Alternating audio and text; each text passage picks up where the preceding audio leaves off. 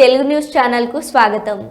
గత 4 రోజులుగా గల్లీ మొదలుకొని ఢిల్లీ వరకు ప్రముఖ చర్చనీయాంశంగా మారిన తిరుమల తిరుపతి దేవస్థానం లడ్డులో నాసి రకమైన నెయ్యి మరియు జంతువుల నుంచి తీసిన నెయ్యి వాడినట్టుగా వస్తున్న కథనాల నేపథ్యంలో మాజీ సీఎం వైఎస్ జగన్ స్పష్టతనిస్తూ మాట్లాడిన వీడియో మీ ముందుకు స్ప్లయర్స్గా ప్రతి ట్యాంకర్ నెయ్యితో పాటు ANBL సర్టిఫికెట్ తీసుకురావాలి.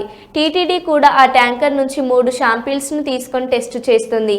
ఆ 3 టెస్టులు పాస్ అయితేనే ప్రసాదంలో ఆ నెయ్యిని వాడతారు. ఒక్క టెస్టులో ఫెయిల్ అయిన ట్యాంకర్ను రిజెక్ట్ చేస్తారు.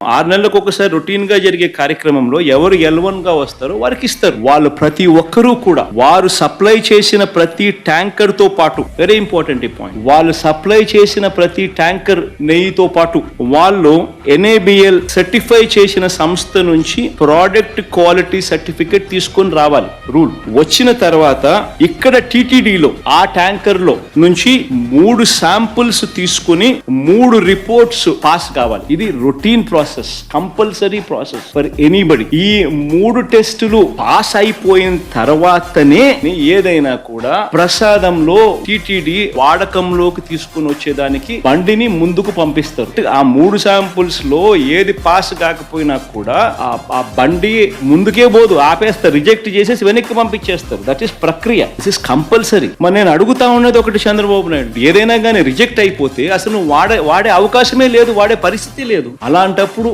అది వాడారని, అవి నాసిరికమని, అనిమల్ ఫ్యాట్ అని ఇలా రకరకాలుగా చెప్పడం అబద్ధాలు కాదా, ధర్మమేనా, న్యాయమేనా అని అడుగుతాం.